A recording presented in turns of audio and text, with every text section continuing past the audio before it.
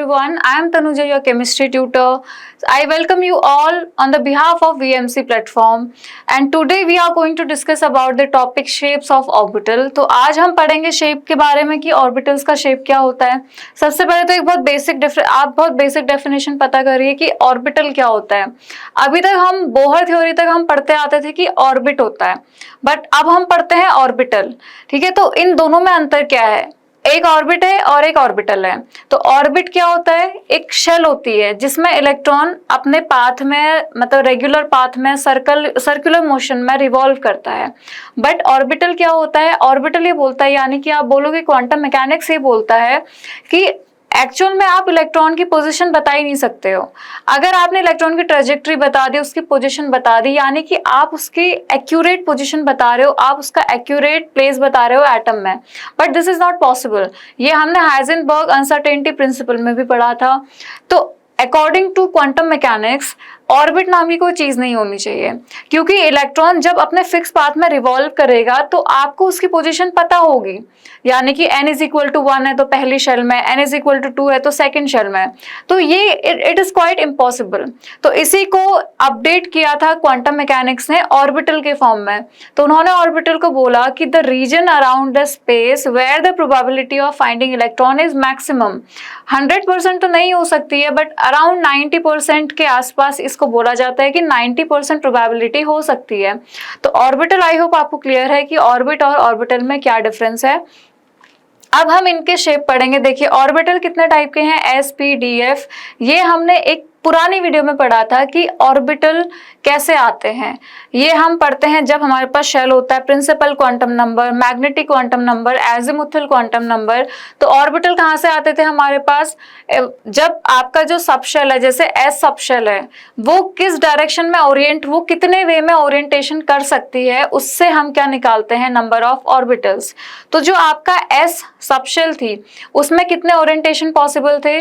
उसमें सिर्फ एक ओरिएंटेशन पॉसिबल था, क्योंकि वो स्फेरिकल है। स्फेरिकल होने की वजह से वो एक्स, वाई और जेड एक्सिस में क्या होगा? सिमेट्रिकल। मान लीजिए मेरे पास 3 एक्सिस हैं, एक्स, वाई एंड जेड। अब एस ऑर्बिटल जो है वो स्फेरिकल है, जैसे आप इसमें देख सकते हो। एस ऑर्बिटल का शेप क्या है? Spherical in shape.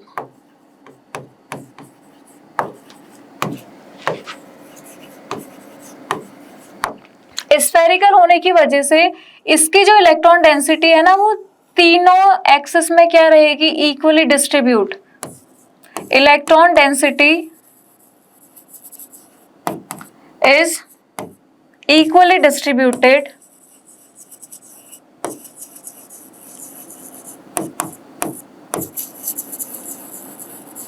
along 3 axes। तो आप इसमें नहीं बता पाओगे कि कितने ओरिएंटेशन पॉसिबल है, यानी कि सिर्फ एक ओरिएंटेशन से हमें पता चल जाता है। तो इसमें नंबर ऑफ ऑर्बिटल होते हैं 1। अब इसका शेप है स्फेरिकल। अगर अब देखिए तीनों केस में क्या है, ये इक्वल्स का शेप क्या रहेगा? स्फेरिकल रहेगा। तो यानी कि सिर्फ एक ओरिएंटेशन इसका पॉसिबल है। आप चाहे इंटरन्यूक्लियर एक्सिस किसी को भी मान लीजिए, लेकिन इसका ओरिएंटेशन सिर्फ एक है। तो कितने पॉसिबल है इसमें? 1। अब देखिए अगर आप n इंक्रीज करते हो, यानी कि शेल नंबर इंक्रीज करते हो, तो अभी हमने पढ़ा था कि जो एनर्जी होती है, energy of orbital, it also increases, also increases. इसका मतलब क्या है? और एनर्जी भी बढ़ेगी, तो मतलब distance from the nucleus increases.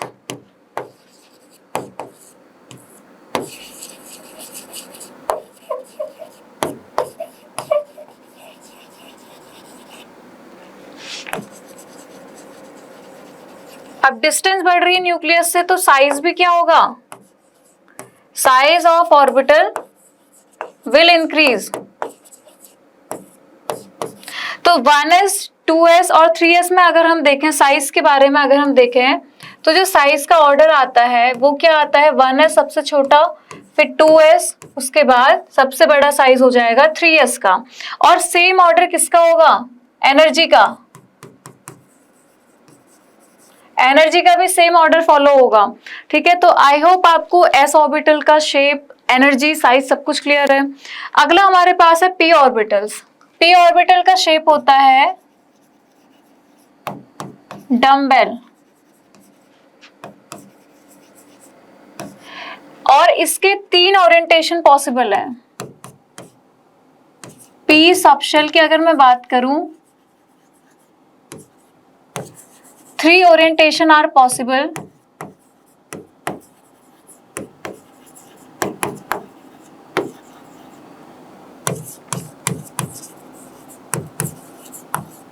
अगर मैं एक्स एक्सिस पे बात करूं, मान लीजिए आपका ऑर्बिटल किसमें है, ये है एक्स, ये है वाई और ये है जेड। सेम यहाँ पे है एक्स वाई एंड जेड, यहाँ पे भी वही है एक्स वाई एंड जेड।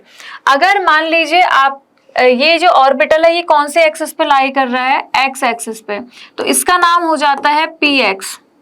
जिस एक्सिस पे ऑर्बिटल लाई करेगा, मतलब जिस एक्सिस के अलोंग इलेक्ट्रॉन डेंसिटी मैक्सिमम होगी, तो उस ऑर्बिटल का नाम क्या हो जाएगा, पी एक्स। अब इसमें कौन से एक्सिस के अराउंड है, देखो ऑर्बिटल वाई के, तो इसका नाम क्या हो जाएगा, पी वाई। अब इस वाले में जेड एक्सिस के अराउंड इलेक्ट्रॉन डेंसिटी रिवॉल्व कर रही है, तो इसका नाम हो जाएगा पी जेड। ठीक है, तो इस तरीके से 3 ओरिएंटेशन पॉसिबल है, therefore 3 orbitals are present in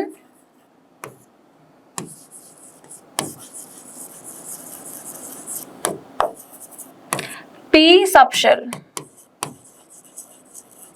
अब हम इसको कैसे दिखाते हैं, इस तरीके से बॉक्स में हम रिप्रेजेंट करने का तरीका, क्योंकि आप जब भी इलेक्ट्रॉनिक डिस्ट्रीब्यूशन लिखेंगे तो आप ये थोड़ी बनाने जाओगे, आपको रिप्रेजेंट करना है इस तरीके से। तो मान लीजिए ये पी एक्स है, ये पी वाई है और ये पी जेड है।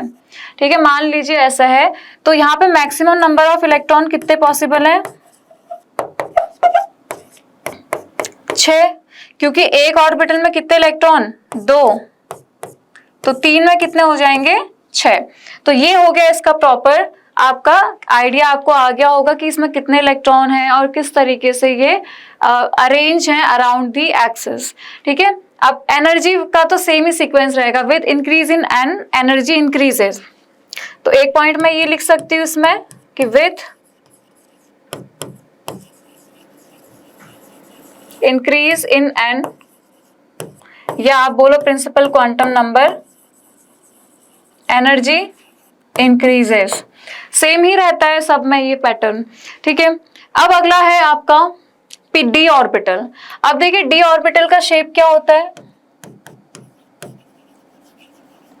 इसका शेप होता है डबल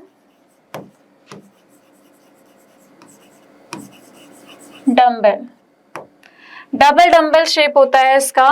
अब कितने टाइप के पी ऑर्बिटल हैं, देखो जो डी सबशेल है ना, इसमें है 5 ऑर्बिटल, यानी कि 5 तरीके से ओरिएंटेशन पॉसिबल है। कैसे कैसे, सबसे पहला आता है आपका डी।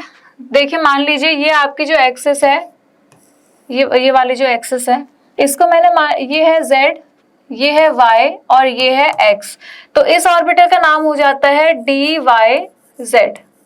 आप ये देखोगे कि किस एक्सिस में इलेक्ट्रॉन डेंसिटी मैक्सिमम है। देखो जो डी वाई जेड है, इसका जो मतलब आपकी, जैसे मान लीजिए ये एक्सिस है, ठीक है, अब इसमें ना ये होता है between the axis. Electron density कहाँ लाई करती है, electron density lie between the axis.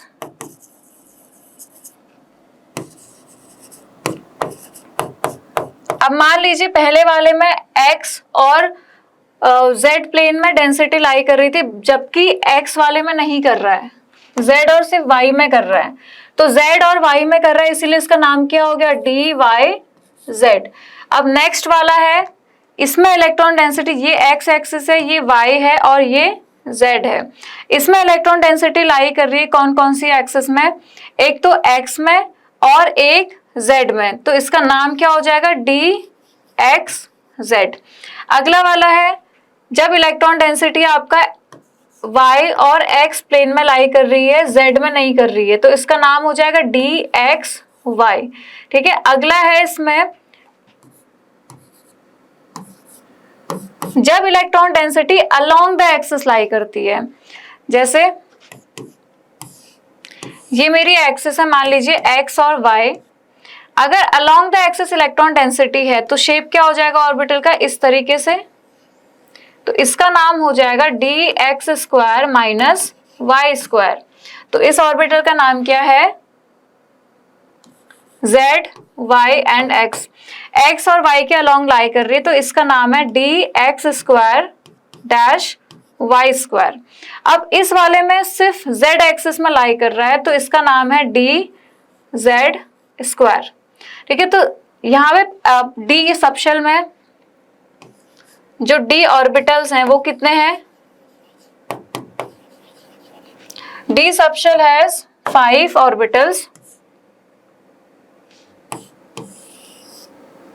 मैं 5 को इस तरीके से बॉक्स में दिखा देती हूँ। तो इनमें कितने इलेक्ट्रॉन आ जाएंगे, 1 2 3 4 5 6 7 8 9 10, और इनके नाम क्या हो जाएंगे, dxy, dyz, dzx, dx² minus y² and dz²। तो इन सब का शेप देख लीजिए। अब एक छोटा सा पॉइंट मैं यहाँ पे बताऊंगी, dxy, dyz एंड dzx, ये तीनों जो ऑर्बिटल हैं ये कहाँ पे लाई करते हैं, लाई बिटवीन द एक्सिस।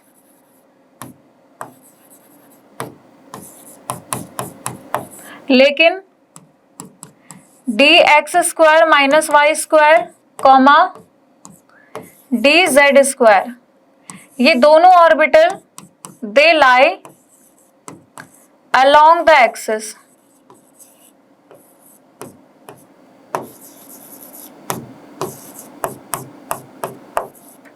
तो ये पॉइंट क्लियर रखना, ठीक है। और इनका शेप होता है डबल डम्बल, और किस तरीके से इनको हमने नॉमेनक्लेचर किया है ये सब आप लोगों को क्लियर हो गया होगा, आई होप। ठीक है, अगला ऑर्बिटल है आपका f ऑर्बिटल, और f ऑर्बिटल का ना f सबशेल का जो f ऑर्बिटल्स हैं उनका थोड़ा शेप कॉम्प्लिकेटेड होता है, इसीलिए हम उनकी स्टडी नहीं करते हैं, बट बेसिक सा हम एक आइडिया दे देंगे कि f सबशेल में कितने ऑर्बिटल्स पॉसिबल हैं, 7, और 7 ऑर्बिटल मतलब 14 इलेक्ट्रॉन्स। ठीक है, तो आई होप आपको सारे पॉइंट्स क्लियर हैं। थैंक यू सो मच, और बने रहिए हमारे साथ, चैनल को सब्सक्राइब करना मत भूलिए, आगे भी हम ऐसे सीरीज लेके आते रहेंगे। Thank you so much.